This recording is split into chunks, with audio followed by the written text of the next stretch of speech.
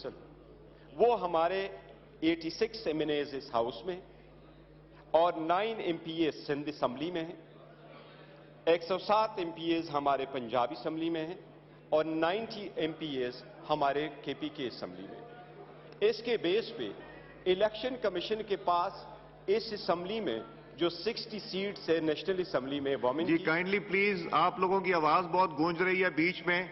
जुनैद साहब आपकी आवाज बहुत गूंज रही। Honourable member is speaking please. जी जनाब स्पीकर, यहां जो नेशनल असम्बली में 60 वोमेन की सीट्स है और 10 नॉन मुस्लिम्स की है।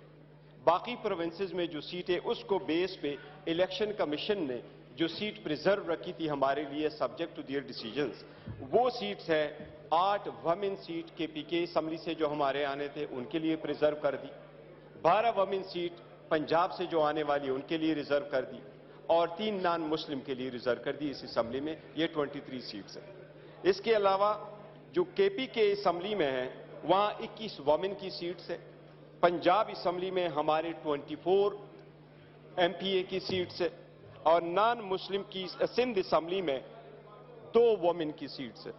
KPK में 21, पंजाब में 24 और सिंध असम्बली में 2। नाम ये टोटल स्पीकर साहब 47 सीटें बनती है। हमारी 8 नॉन मुस्लिम्स की बनती है प्रोविंशियल असम्बलीज में।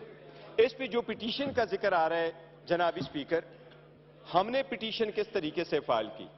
हमने 4 एप्लीकेशनें भेजी इलेक्शन कमीशन को और इलेक्शन कमीशन से हमने मुतालिबा किया कि नेशनल असम्बली और 3 प्रोविंशियल मिसरी असम्बली में हमारे वोमेन और नॉन मुस्लिम की रिजर्व सीटें दें।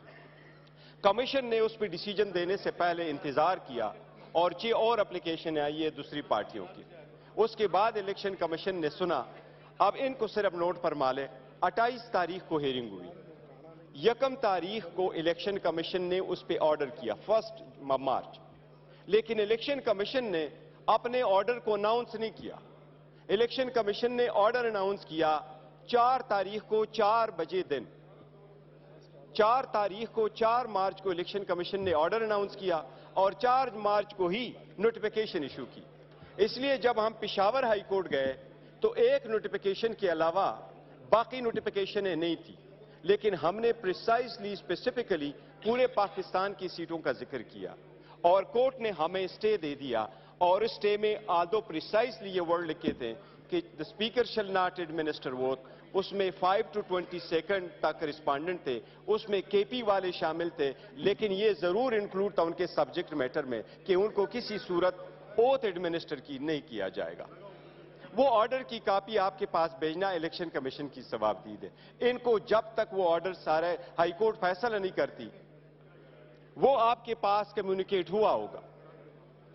अगर वो आपके पास नहीं तो वो हाई कोर्ट का काम है, क्योंकि रेस्टे का मैटर हाई कोर्ट खुद इंप्लीमेंटेशन बेंच भेजती है और इलेक्शन कमीशन भेजता है। उससे पहले इनको ओथ एडमिनिस्टर करना उस ओथ की वायलेशन है और हमारी राइट की वायलेशन है। हम ये पॉइंट आउट करना चाह रहे हैं स्पीकर। जी गौहर साहब, आपने बजा फरमाया, ना हमें कोर्ट की तरफ से इतला आई है ना इलेक्शन कमीशन की तरफ से, तो हम अटॉर्नी जनरल का व्यू पॉइंट भी ले लेते हैं, फिर आप if you need to respond after that देख लीजिएगा। जी अटॉर्नी जनरल साहब।